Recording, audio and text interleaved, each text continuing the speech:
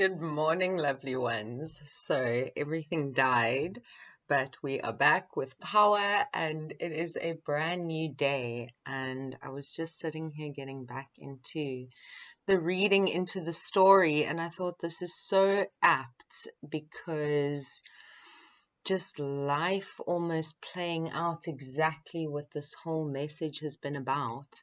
So just even the camera dying there, at the blessing point, thought, that is so much, that's exactly what we were speaking about. It's the death and needing to go through that death, and suddenly it's you through, and on the other side of every death is a rebirth. So here we are in the rebirth of a new day through the dark, and we were on the blessing. So the blessing of how to get there, I think, is the main message over all of this, that ultimately we were looking at the imbalance, or rather how to create balance right now.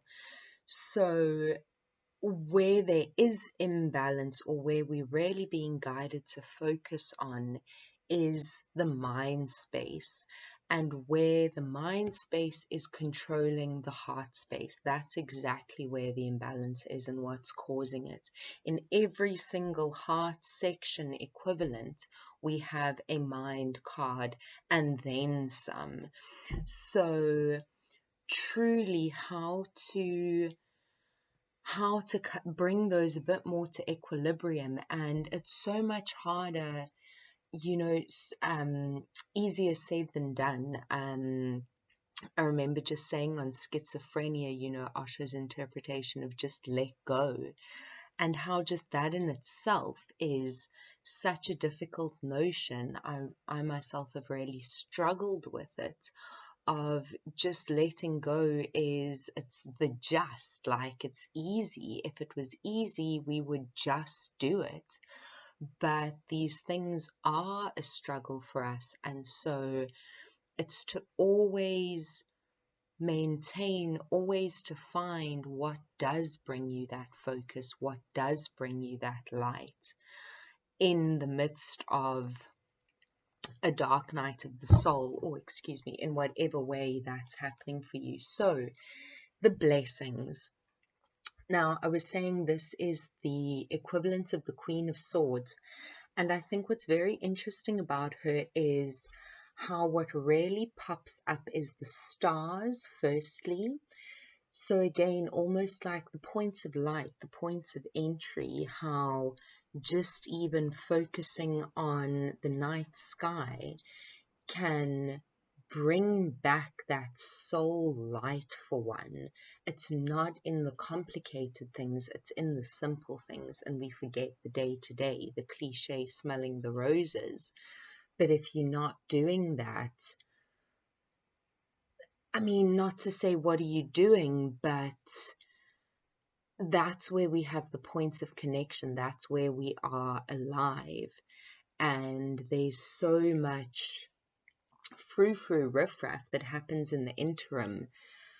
And again, it's not to be morbid, but that our mortality is real, and it is not only finite, but it's soon. In the human concept of time, it goes by so quickly. So to focus on what is real and what is true, and whatever that may be for you, certainly for me, I find that incredibly in nature. So what I was saying is, so what stands out is the stars, and then particularly the shining on her third eye. And I feel like the overall message is the key to get through this awful schizophrenia place and rise above the confusion of the mind, is a returning to the heart space and returning to the third eye. That's very much what the focus is being called on here. There's a lacking in the heart space, and even where it appears all the green color is a bit off almost, with the exception of the maturity and that lovely growing essence energy. But then she also has the focus on the third eye. So the coming back to the heart space and the coming to the third eye to really focus on and achieve that expansion.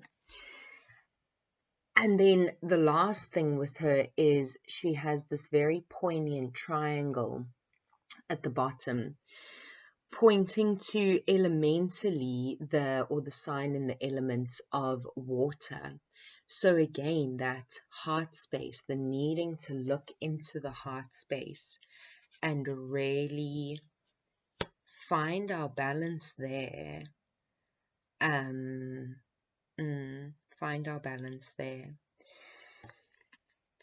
And now the postponement, the overall blessing, and this was the most interesting one for me because this exact card came out, as I said, in that like mock reading I did, wasn't even a reading. This came out in the exact same place. And I feel what it's speaking to is, again, very much this gray stuck in the mind and almost how it's cartoon-like on the edges, and that the window we are offered into ourselves and into this world is through the color, through nature, specifically through nature. I feel, again, that is such a calling here. And to also, as we were saying, show up authentically as you are. Yes, she does not show up, well, actually, this is beautifully gender neutral. In fact, nice, Osho. But to show up, even though she is still in the gray sense, it's almost giving me those Pleasantville vibes, if you've seen that. Of she still hasn't quite completely transformed from the grey to the colour. It's still in process, like how the mom takes her time to transition. And even, I forget her name, but Reese Witherspoon in it, how she's just not changing and everyone's changing, and it's not what works for everyone else. It's the shift, that's the unique shift that you need to make, and only you can know what that is truly. So yeah, just showing up in the gray space, in the maybe not completely here space, but in doing that, you take that step into reality, into the here and now. So very beautiful overall, actually. I mean, as I said, oh, sorry, we're not even done. Then again, a slight twist I've done on Osho's is I draw a joining card. So just overall, what is pulling the energies together. And this is particularly gorgeous because it is traveling. Now, on so many levels, moving through the cloud space, moving through the mind space, and like we were saying, finding that focus, that light at the end of the tunnel, not in a death sense or in a death sense, in a transformation sense, but also in a, there's always a guiding light and something to focus on. And just to affirm it, we have the circle transformation at the top, and then finally with the third eye.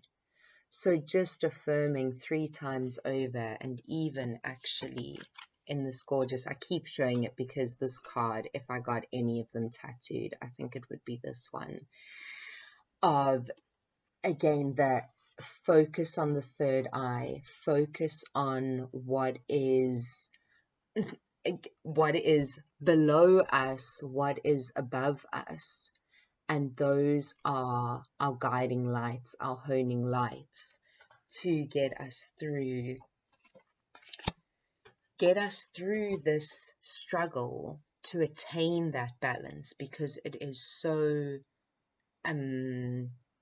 it's such a fine line, it's so elusive, you know. And those are the tools, those are the keys we're given.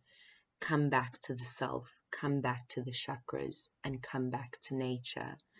I'm just getting that song in my head of who's it? Is it Joni Mitchell? Come Back to the Garden, that she wrote for, yes, Joni Mitchell, that she wasn't able to attend Woodstock, but she wrote it for Woodstock.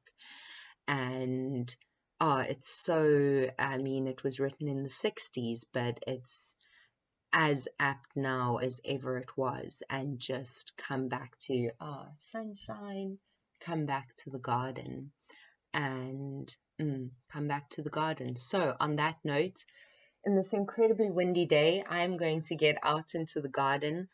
I am wishing you all, oh wow, what even? I'm wishing you all flowers. Truly, truly, truly, and blossoming. This is, although many of you may be going into autumn, this is still very much energetically a time of renewal, a time of rebirth, a time of springing. And yes, I just wish you that wonderful energy of growing. And all my love, all my love. Thank you for being here, and many blessings.